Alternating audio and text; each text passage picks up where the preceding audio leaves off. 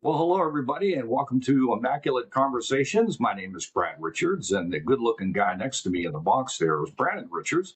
Yes, we are related. He's my son. He's also a doctor of education. And today we're kicking off our first podcast for Immaculate Conversations and talking about somebody's favorite topic, and a lot of people out there, the Pittsburgh Pirates. And we're going to kind of approach this a little bit differently. A lot of people can give you statistics. We're going to kind of dive into a little bit of the analytics of it and kind of get our feedback on where we think this team will go and how things are going to shape up for the rest of the year, especially with the trade deadline approaching here in another couple of months. And of course, Brandon, give me your thoughts as we open up today. Well, I think you have to be happy with the production so far of the team. The pitching has not lived up to the expectations of what you wanted.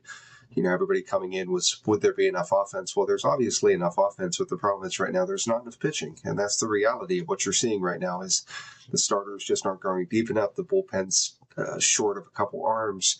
And, last year's strength of the team, if we could just score 4 runs, we'd be a playoff team. And this year, if we can just score 8 runs a game, we'd be a playoff team, no problem. So it's definitely, the strength of last year of the pitching and the lack of offense is almost like a mirror image of the 2 years. Yeah, and I think it's really tough too because fans really wanted them to spend some money this year, and they made some strategic moves, bringing in Brandon Lau, Ryan O'Hearn, and getting Jeff Mangum in a trade with Tampa Bay as well. Those players have been exceptional, and I think they've done great. I think the biggest disappointment, some people may agree, will be Marcell Ozuna, who just basically is putrid at the plate. I mean, here's a guy you're paying around $11 or $12 million for, just has not done anything for the team at this point on a consistent basis. But what is amazing is through the first 63 games, this team is hitting 256, and they have one of the top offenses in all of Major League Baseball, which is, kind of ironic. But then when you turn to the pitching staff, they're sixth in starting pitching ERA with a 3.58. But on the flip side, the bullpen has just killed them. So what do you think's going on there? What do you think they need to do? I think right now, if you look at the relievers, you've got Gregory Soto, you've got Mason Montgomery, and then you have who else? And that's the problem is relievers they can be very fickle. 1 year a reliever can be tremendous, and the next year not so much. And you look at this bullpen, Yohan Ramirez last year had an all right year. Dennis Santana, tremendous year last year. In fact, to the point where people were talking about trading for him at trade deadline. Do you trade him and Bednar? And people were saying, well, you can't trade Dennis Santana. He's your closer next year. Hindsight being 2020, this year he has a 5.26 ERA right now. If you could go back, you could have unloaded him for quite a bit, and then you look at the flip side of someone like Colin Holderman, who was just an absolute train wreck the last year and a half in Pittsburgh, and they let him go, and he goes to Cleveland. He's got a sub-2 ERA right now. So relievers are such a hit and miss commodity in baseball. And that's why nobody ever likes to pay relievers, because 1 year they might be good and the next year not so good. Bednar last year, obviously he had to be sent down at the beginning of the year and then puts it back together to the point where, he gets traded to the Yankees for, at the time looked like a decent haul. Those the payoff hasn't been there yet for this team. But, again, it's one of those. You've got Soto in the bullpen, and you've got Mason Montgomery. I know Montgomery's been touched up a little bit lately. He's up to a 4.94 ERA, but outside of a couple of recent appearances, has been doing very well. But you look right now at the WAR in the bullpen. You have Soto at 0.7, you have Ramirez at 0.1, and then you have Evan Sisk at 0.9, Dotel at 0.7, but then you look Santana's negative 0.2. Montgomery, negative 0.1. Justin Lawrence, who they just DFA'd and sent to the Twins, negative 0.7. So there's your problem. Hunter Barco, when he was up, negative 0.5. Jose Urquidy, when he was up, negative 0.6. Cam Sanders has been up 4 times now. He's a negative 0.2. Chris Davinsky is a negative 0.1. So it's just a matter of they can't really seem to find anybody to stick in that bullpen right now. And if you look at the AAA roster, it's not that there's a ton of help down there either. If you look at Dotel's stats in AAA, they were not good. He had over 5 ERA there. So is it smoke and mirrors up here right now? Is it the league doesn't have enough tape on him yet? So you kind of watch him with a little bit of trepidation of going, is it going to work out well? Is he going to be able to sustain this? I mean, a 1.08 ERA is not sustainable for anybody long term, not in Major League Baseball. But hopefully he can keep going with everything there. And like I said, the reality is they don't seem to have the arms in the pen, and that's hurting them later in the game, especially because the rotation they don't necessarily have enough innings built up over the years to go super deep, and you need to be cognizant of the September and hopefully October that's sitting there for this team. So you've got to manage those innings, but at the same time, your bullpen right now, it's a scary situation. The other thing is too, just looking at some statistics from that, is their big issue has been just a ton of walks. And walks at just unfortunate, times in the game where there may be, one out, a guy on first, and then our reliever comes in, depending on who it is, and ends up walking two guys and then giving up a couple of runs. So it always seems like you're playing from behind. But, Brandon, one of the things I want to get into, I think is really interesting, is let's talk about this piggyback thing that the Pirates are looking at. And I just have to wonder if maybe this is something that Major League Baseball is going to look at. Like right now, the other day, we were pretty critical that they kept Mutzinski in, from the game the night before to pitch the game with Jones, and it ended up working out really well. And I was also thinking about too, you got somebody like Chandler, who we know has a terrific arm. He's a tremendous athlete. Gave up playing football at Clemson, full scholarship to be a quarterback with them. The guy definitely is an athlete, and he can pitch. But the problem is right now he's just a thrower. And now I'm just wondering if maybe they look at piggybacking Dotel with him a little bit too. But then right there, when you think about it, so then if you do that now, basically you've taken Mutzinski out of the bullpen except for when he pitches with Jones, even though Jones pitched 5 innings the other day. And then you also have the situation now, what do you do with Chandler? So, man, I just think whoever they end up having to get at the trade deadline, I think they're going to end up having to get rid of a couple of pieces that they may not want to part with. If they really think they have a chance to win the division or even get in the playoffs. Because I know one thing, listening to the broadcast, and even Bob Walk talked about this. Would you really want to face Skeens, Jones, and Ashcraft? With having Color as your number 4 and maybe Mutzinski and Bubba Chandler as your 5 and 6. I mean, I think they would benefit greatly, but the problem's going to be is that pen. And we know when they get into playoff baseball, that game is totally different, man. They pull you right away if you're not producing on the mound. Right. And the piggyback in baseball, I know you're much more focused on the Pirates, as probably most of our listeners are. I tend to take a holistic look at all Major League Baseball. It is my favorite sport by far. Piggyback's been around for a while. 2013-ish, the Rockies started playing around with this a little bit. It catches a little bit of steam here and there, and then it stops, because what it does is it takes your bullpen essentially from 8 relievers down to 7, down to 6, down to 5, and you've now put yourself in a spot where if a game goes sideways, you're short the arms. You don't have the ammunition you need. My concern is the other night in Houston, when the Pirates are up tremendously. I'm trying to remember the exact score.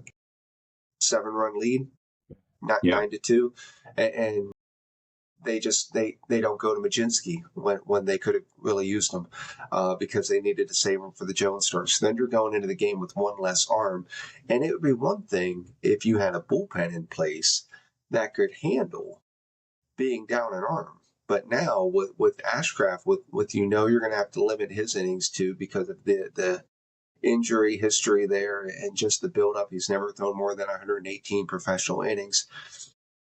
If you've got attached Dotel to him now, so you're telling me a bullpen where you don't have a guy out there outside of Soto.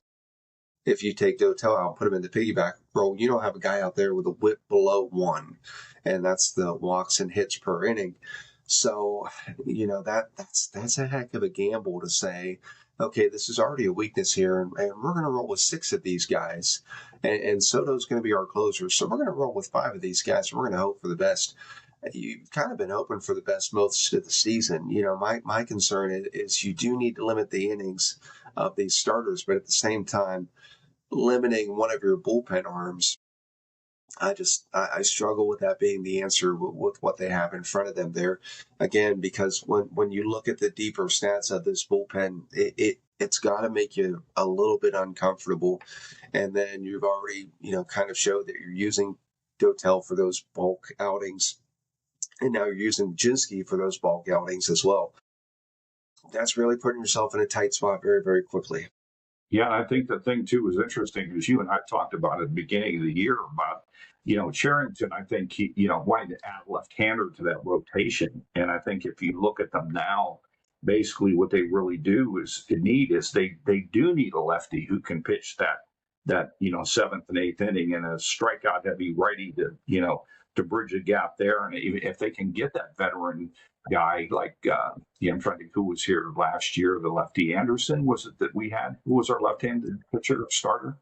Anderson's been a couple years now. Last year, I'm going to have to double check. Last year, Bailey Falter was on the team last year, and we brought in Andrew Heaney last year. Heaney is the one you're thinking of who was with Texas.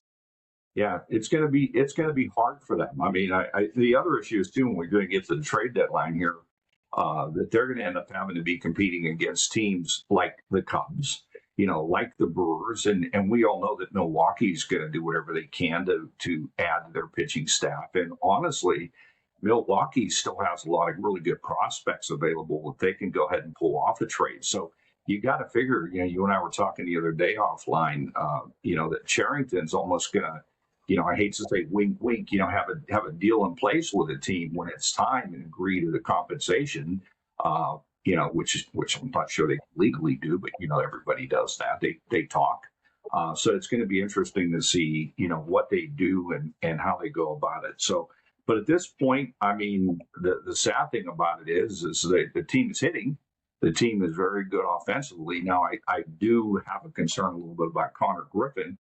With his injury, I heard today that they're still, being cautious that they may put him in a DH role here in a little bit. But let's just go around the infield real quick here, Brandon, and get your feel and give me your best starting scenario for your infield. Who would you prefer to have in the infield on a daily basis at this point for them? Like Horowitz or O'Hearn at first, and whichever one's not at first, I'd like the other one DHing. At second, obviously Lau. Short, obviously Griffin when healthy. And if I'm with them, just, watching what can happen with elbows, take it slow. There's no rush. I mean, obviously, he's somebody we need right now. We need his impact of his bat and his speed and everything. But at the same time, we've invested in this young man for a very long time. I'd rather see him healthy.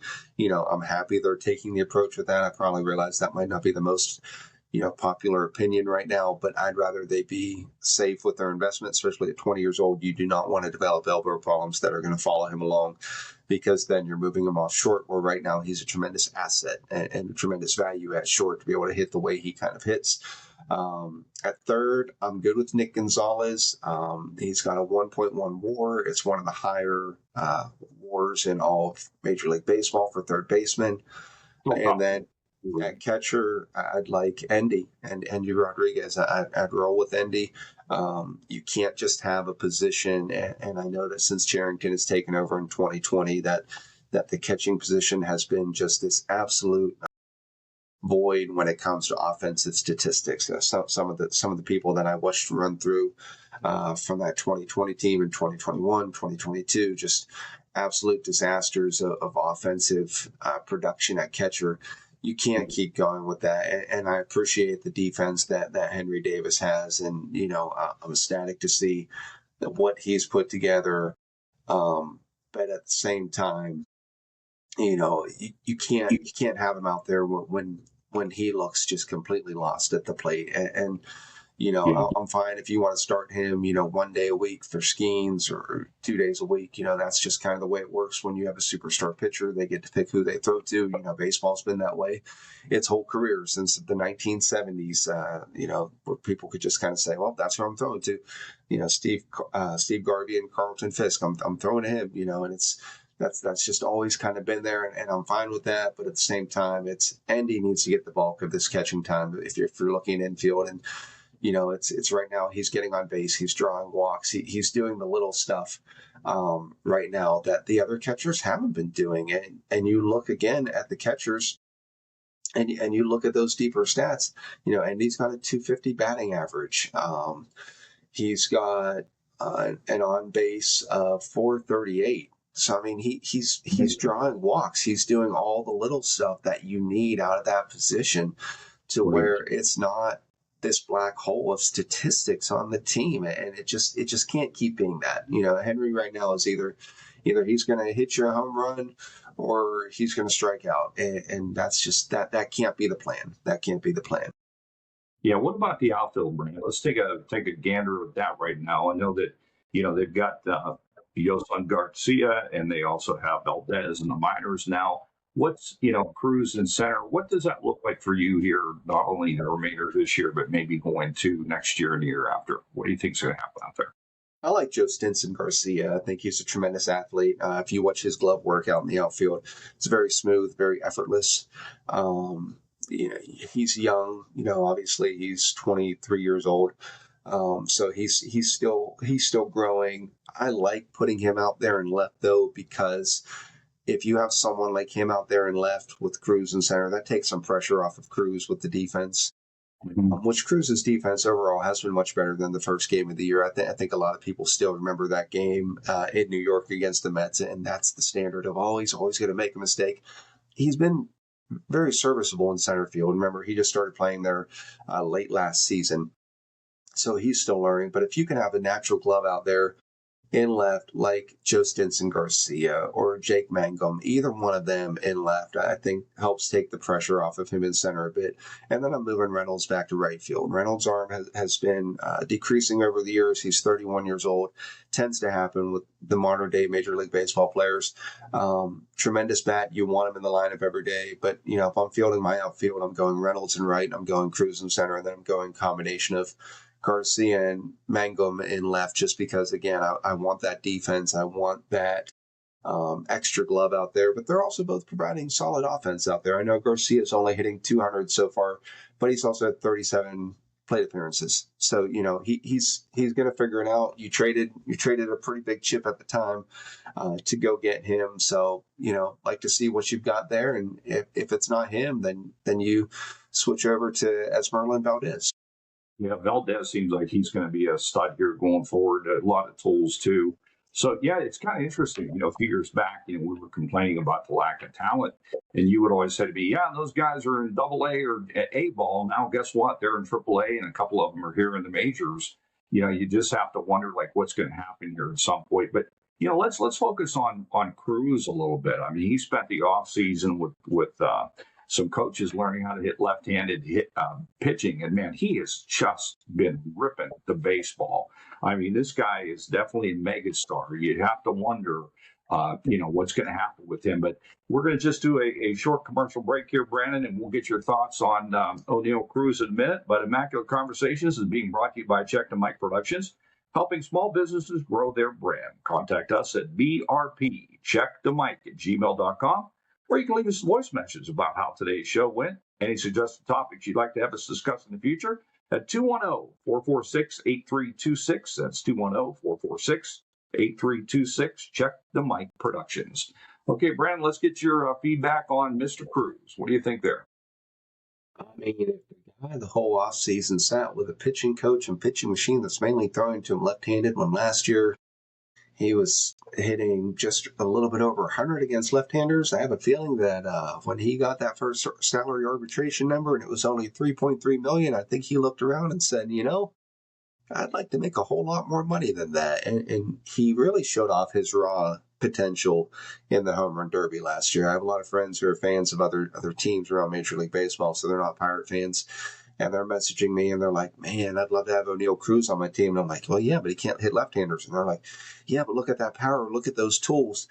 So I almost think that home run derby last year was a blessing in disguise for him. And then when the Pirates come back and say, here's $3.3 million in arbitration, or we can go to arbitration. And, I think his representation sits down with him and goes, yeah, we should probably take this, bud, because here's all the ways they can poke holes in what you don't do. And I mean, that's probably a very humbling experience. I know it would be for me, if you sit down with your boss and you expect to get, a certain raise and they're like, no, we're going to give you this. And here, let's go through all the areas where you show deficiencies. What are you going to do? You're going to want to work on fixing those deficiencies so that the next year you're able to walk in and say, hey, I know you paid me 3.3 million last year. I'd like 8 million this year. And, with the way he's going, he's going to be up for a substantial raise, obviously, if this economic system in baseball stays, which obviously we don't know. And that could be a whole topic for many, many shows of what could happen with the economic system of Major League Baseball. But he's going to get a raise either way after this year. And I think he knows that if he can present himself as a competent center fielder, which defensively he is right now. Last night, he had a ball that was tailing away from him in center in Atlanta, and it just flew right back to him, and he stayed calm, and he got it. Last year, that thing, when it shifted on him right there at the end, that would have been the end of him. He would have lost it. So, I think he's figured out if I can be a competent center fielder and I can hit left-handed pitching as a left-hander, somebody's going to pay me big money. If it's not in Pittsburgh, I'll play out my time here. Somebody's going to give me that big money at some point. So for him, I give him all the credit in the world. You know what? He went on the offseason. You can tell he bulked up. You can tell he put on close to a good 30 pounds of muscle, too. And it wasn't just weight for the sake of weight. The swing is always effortless. The ball sounds different coming off of his bat when you're at the ballpark. So, kudos to him. He put the work in, and you know what? Could he cut down on the strikeouts? Sure, but you know what? I'll take this version that's hitting 265 with 14 home runs, 20 stolen bases already. I mean, the last time we've seen anybody with this kind of power and speed at the same time at Pittsburgh was Barry Bonds. So, if he can kind of put this all together here, I'll put up with the other warts that come along with all of that. He could be a 40-30 guy for sure, which really, really is scary. But, so let's jump back. I think we did a good job on the infield and the outfield. Let's jump back to the pitching staff here. And I think one of our future shows where Brandon and I were talking about is we are going to talk about the potential of the salary cap in Major League Baseball. We won't talk about it too much now, but we'll tease it for a future show. We have some cool comments we think you'll like from that program as well. But Brandon, looking at the pitching staff right now, the one thing that really kind of, made me kind of go, wow. You talk about Paul Skeens. Pittsburgh was saying, Skeens is slowing down his velocity. Well, that's not true. He's still in the top tier in velocity. The Pirates pitching staff ranks near the top of Major League Baseball in fastball velocity, sitting between 89 and 90 miles per hour, which is one of the top staffs. And Skeens, he is still floating between 97 to 100 consistently when he pitches. I'm just not sure if he is experimenting with some different stuff that he's doing, to see how he's going. But what's your quick thumbnail on what you're seeing from Mr. Skeens this year? The World Baseball Classic should not take place in March. That's exactly what I'm seeing here. You look at him, you look at Skubal in Detroit. The World Baseball Classic, I love it. I think it's tremendous. It does amazing ratings. Everybody gets a chance to be represented. Tremendous competition. It should not be in March. So you got to figure to get those guys ready to pitch the high leverage games they're pitching in March. They're having to ramp up a month earlier than what they usually do. There's a fatigue there. There's wear and tear on the body. And I mean, it's one of those I look at that, he's had a little bit of bad luck along the way too. He's had some defensive miscues in his games lately. If you've been watching them, but it's that World Baseball Classic. Again, I love watching it, but I'd rather they just pause the season for 2 weeks in July, like the NHL does when they're in the Olympics, and they just pause everything and they do the 2-week break and they just kind of condense the games a little bit more. Look, if it's a World Baseball Classic year, cut the schedule down to 154 for the year, make it work, figure it out, especially if you redo the revenue sharing with the teams. It shouldn't be as big of a problem to give up 8 games in the Major League season then for revenues, and then put it in the middle of the season, and I'm telling you, that thing will be one of the biggest draws you've ever had. But right now, I mean, it's you look at Skeens and you look at some of the other guys who are pitching in that. I truly think that that's where you're seeing some of that come from is the fatigue and having to get ready a whole month earlier. Dennis Santana was in that. Soto was in that. So you've got a lot of guys who go and pitch in that.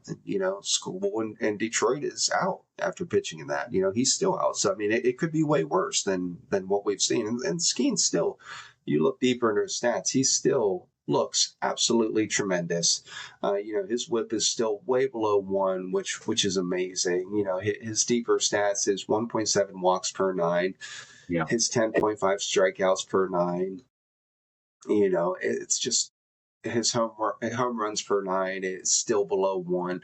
Like he's still tremendous. It's just, again, I told you back in March, I'm not a fan of that tournament happening then because I feel like it puts a lot of strain on these pitchers because they want to pitch well for their country, which I absolutely get. You should be very proud of where you're from and you should want to compete and represent your country. But at the same time, I think it puts an undue strain on these pitchers. And, I think that's could be maybe part of what we're seeing at times right now. Yeah, that's a good point, too. And it's going to be interesting, though, like you said, to see how this is all going to work out with this rotation. But at this point, let me just ask you real quickly about Don Kelly. I mean, I know that, of course, following Shelty, that wasn't, much of a big bar set there for anybody. But at the same time, I do like his energy. I do like what he brings to the team. He's a younger guy. Not that that should matter, but it's interesting because you look at a lot of the major league teams right now, even the Nationals, they're all going with young managers. And it's just kind of interesting. What do you think about him and what would you like to see him improve on so far as we approach the midway point of the season for this year? So you look at Don Kelly, there's an old saying, and I forget who said it in sports, but it's you never want to be the guy who follows the guy. And, Derek Shelton was the guy who followed Clint Hurdle. And, Hurdle was a guy who did a tremendous job of rebonding the team with the city and, 3 playoff appearances. And obviously things didn't end as the way everybody would want, but that's usually how it goes to major league managers. Definitely where you want to be is you want to be the guy who followed the full rebuild. And that's where Donnie Kelly is. What I think the struggles I see with Kelly is I'm not always sure if he has a great pulse on what to do with the bullpen.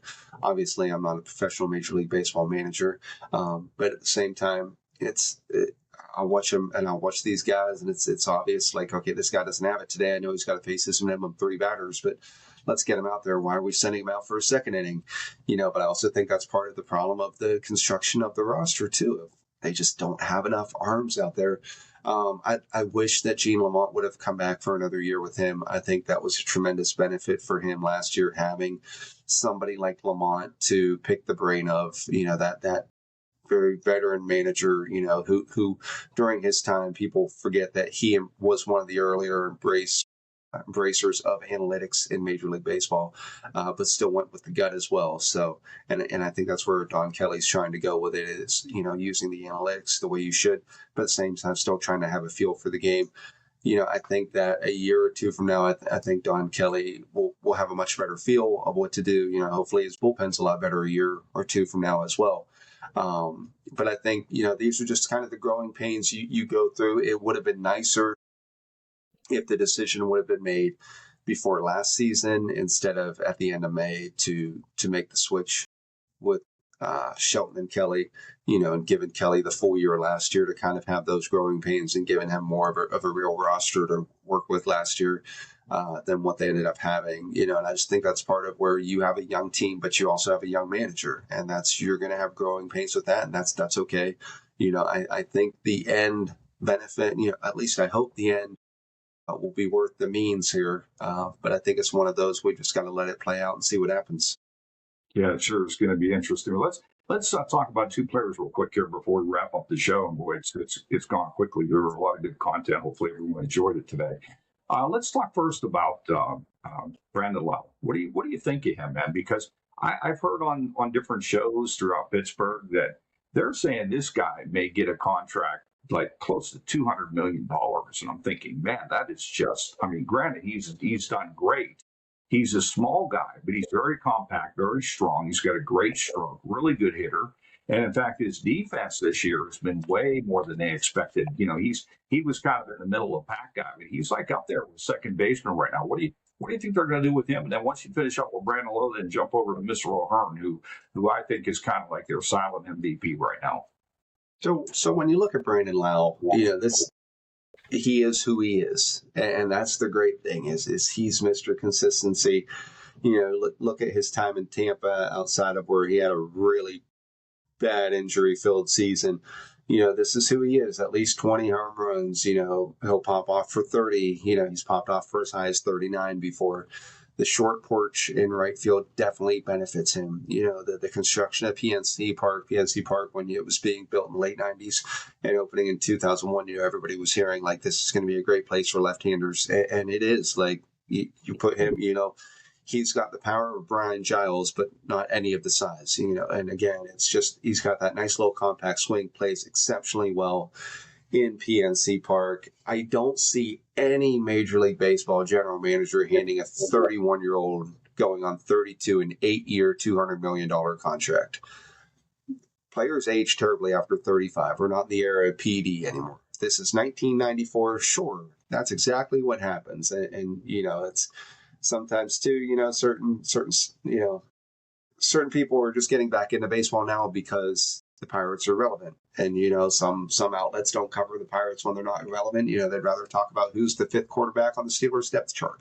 But the reality is nobody's giving him 8 years, $200 million at 32. You look at Ozuna, he's 35, 36, and that's where the drop off starts to happen with a lot of players now.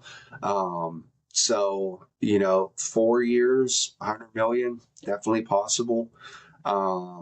It's going to have to be a little bit of an uncomfortable contract. I'm going to say that from the age. This is his payday contract because he's already taken a team-friendly contract early in his career before to get the secured money. This is his second option on that original contract that he signed with Tampa Bay. So he had done a team-friendly deal earlier in his career. So he's going to want his payday. Hopefully, the Pirates can just approach him now. Realistically, you'd love to see him do 3 years, 70, 75 million. And if you want to go even higher, just to not do as many years, maybe do 3 at 90. But he might come back and say, look, I need at least 5 years. And then if he needs 5 years, then, maybe you come back, 115, 125. Those last couple years are probably not going to look very good. They might, though. He's a smaller guy, but he does have a pretty good injury history. Now, he's stayed very healthy this year. He's done extremely well on that front. He does. But at the same time, you've got to pay to play, and sometimes those contracts aren't going to end as well as you want them to. But you know what? I'd take the next 3 years with him doing this kind of production.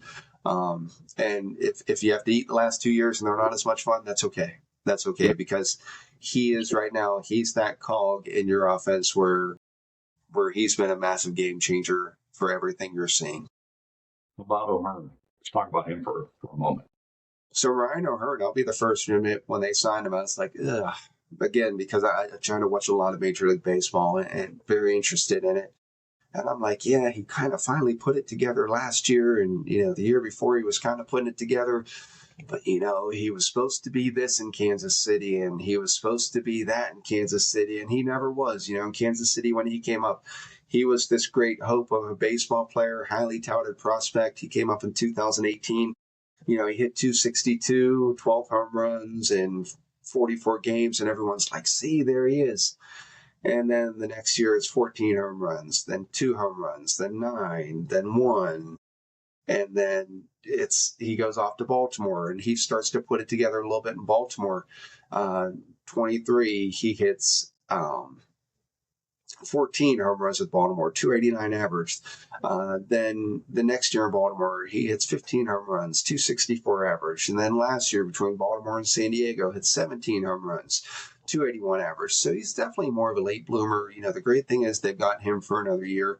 You watch him, you watch his demeanor on the field. He's a guy who's invested in winning. He's the kind of guy you need on your team. No nonsense. He wants to compete. He wants to set a tone. You can tell by the way he carries himself. He takes his role serious. I think that's been missing from this team the last couple of years. You know, as fans, we like to anoint, well, he's the best player, therefore he's the leader. That's not the way it always works in life. Nope. But you watch him. I think he does a great job of kind of showing these younger players like this is how you're supposed to be a major league player. So I love O'Hearn. The great thing is you don't have to do anything with him yet. You can just sit and write out the contract. I think he's $13 million a year per year right now. I think so. Yeah. I'm sorry. He's about 14 and a half. So, I mean, not a bad price for what you're getting out of him, and again, he'll be 33 at the end of this contract. So, maybe you do another 2-year deal at that point if you still need him. Hopefully you're developing and, hopefully the economics of baseball change a little bit to where, you have a few more options. But I've been very happy with Ryan O'Hearn and, like I said, what he does on the field and just kind of the way he carries himself. He comes up. I know you're watching him at professional major league hitter. Yeah, awesome. That's good. Good one. Well, Brandon, I'll tell you, it was a quick 40 minutes here, and I think we covered a lot, but, we hope everybody out there enjoyed it, our little review of the 2026 Pittsburgh Pirates. And I think everybody can agree that it is a different ball club, and it's a different expectation now. And, adding those few players has definitely made a big difference for them. And in our next show, Brandon and I are going to discuss, should the Pirates consider giving O'Neal Cruz a long-term contract? That's going to be a nice conversation. And we'll finish that one off with talking a little bit about the potential with salary cap in Major League Baseball. Once again, Immaculate Conceptions has been brought to you by Conversations, been brought to you by Check the Mic Productions, helping small businesses grow their brand. You can contact us at brpcheckthemic@gmail.com. Leave us a comment on Facebook at Check the Mic, or give us a call at 210-446-8326. Well, that's going to do it for Brandon Richards. I'm Brad Richards. Thanks for being with us on Immaculate Conversations, and we'll see you next time.